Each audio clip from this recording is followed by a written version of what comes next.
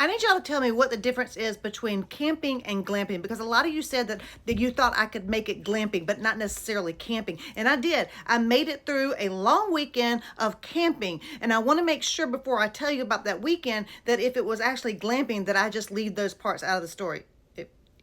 Okay, so I'm going to go out on a limb here and say that having power and water at your campsite, that does not mean you're glamping. That can still be camping as long as you're sleeping in a tent, which I did. We just had water and electricity there amidst all of the other RVs, which we were not in.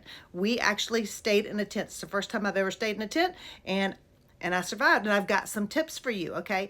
The first one is make sure to pack your Fireball, for instance. Whenever it's 36 degrees outside, don't bother mixing the drink. Just shoot it straight with a Coke chaser, and then that will warm you up. It's called Fireball for a reason.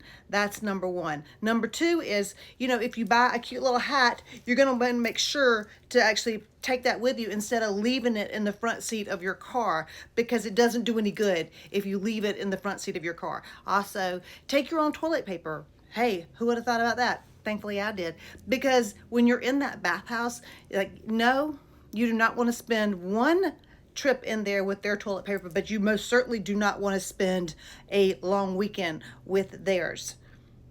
Otherwise, it was a fantastic weekend. I'm not gonna lie, I absolutely loved it. And so those of you who said I was too bougie to camp, I made it.